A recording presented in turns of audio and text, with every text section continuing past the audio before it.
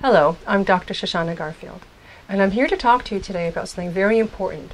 When you think you actually need someone to help you along your forgiveness process, and we'll talk about what that means, not only can you slow yourself down with forgiving, you can actually stop it altogether. And so what it means when you need someone, if you think you need them because you want them to say sorry, or if you just want them to acknowledge how hurt you've been, if you want them to just take how angry you are and just absorb it, or be able to witness how much they've hurt you and how angry you are about it. And there's something very important afterwards as well. And that's when you think you need someone for something afterwards. And that opens up this whole issue of reconciliation, or rather a pseudo issue of reconciliation. Because actually reconciliation is a completely separate issue, utterly and completely separate. And we'll talk about that first, actually, just to get it out of the way, because really, so separate. And reconciliation is when you want to be amicable with someone, or actually want them to love you in a healthy, clean way, or you want to love them in a healthy, clean way. What you're actually saying is that you care about them. And it may or may not be stupid, actually, to reconcile with them. They may be dangerous. As I've said elsewhere and before, if someone's been sexually abused, it may be rather stupid to reconcile with them and have them babysit your kids, wouldn't it? But what you're saying is that you need them for something. You're wanting something different than what's on offer. So part of your journey is to let go of those fantasy dreams and get real about what's actually present in a moment. When you're wanting something from them afterwards, you're saying that you love them, that you care about them. And you know, there are ways to honor that without actually being in an active relationship with them, which is why reconciliation really is completely separate as a process. So that, reconciliation to the side. So going back to the process bit, having them say sorry, acknowledgement, withstand your anger. You don't need them for any of that either. You don't need them to say sorry, which is really great. For instance, in my case, my mother died before she ever said sorry. If I needed her to say sorry, I'd be waiting around a long time for that to happen now.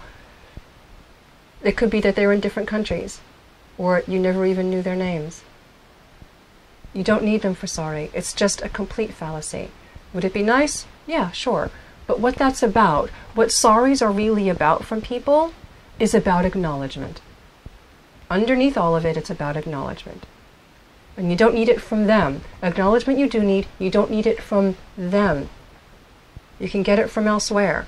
Often, in the process of forgiving, it's not enough for someone to acknowledge to themselves that they want to witness to that. That's fine. You can get healthy witness from friends, counselors, health professionals, complementary health professionals, without the kind of whiny victimhood stuff I've spoken about in other videos.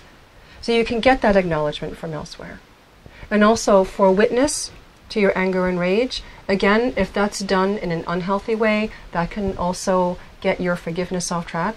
But when that's done in a healthy way by people who are appropriate, again, that could be friends, other family members, counselors, therapists of one kind or another, that can be very powerful. You don't need the people who hurt you for anything at all in the forgiveness process.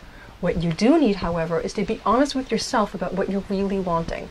Because often, wanting them to say sorry is hiding a desire for reconciliation. So here's one more really important thing about reconciliation. What if the person who hurt you comes to you and says, I'm sorry, and wants to have a relationship with you again? What do? If you're not ready, you're not ready, number one. So they can just go away because you have your own process. And the thing is that if they're coming to you for you to accept they're sorry, guess what? They're codependent on you. They're needing something from you. But it's their stuff. They need to go off on their own, go have their own process. If they need to go see a therapist or get extra help for whatever it is, then they need to go do that somewhere else, because it's not up to you to make them feel better about themselves. Okay? It's not your job, not your responsibility, and it's not your problem. And whether or not they come to you at a moment, but you're ready to forgive, you forgive them. And you can still decide to not reconcile, to not engage in an offered reconciliation process, and you don't have to open one either. You can just get on with your beautiful, happy life without them. That's perfectly wonderful too. This is true even though people often feel under pressure to forgive because they're a good Christian, a good Muslim, a good Jew, just a good person. Because it's nice to forgive, isn't it? I mean, it is nice to forgive. But you can't make yourself do it before you're ready. So everything I'm saying is true, irrespective of how you view yourself in that regards. The pressure is irrelevant. It has nothing to do with you being a good person, Christian, Muslim, or Jew. Totally irrelevant. So, with that said, I invite you to just allow yourself to question, what is it that you're really wanting in terms of the stuff that we've just been speaking about today? Have a wonderful week. Bye for now.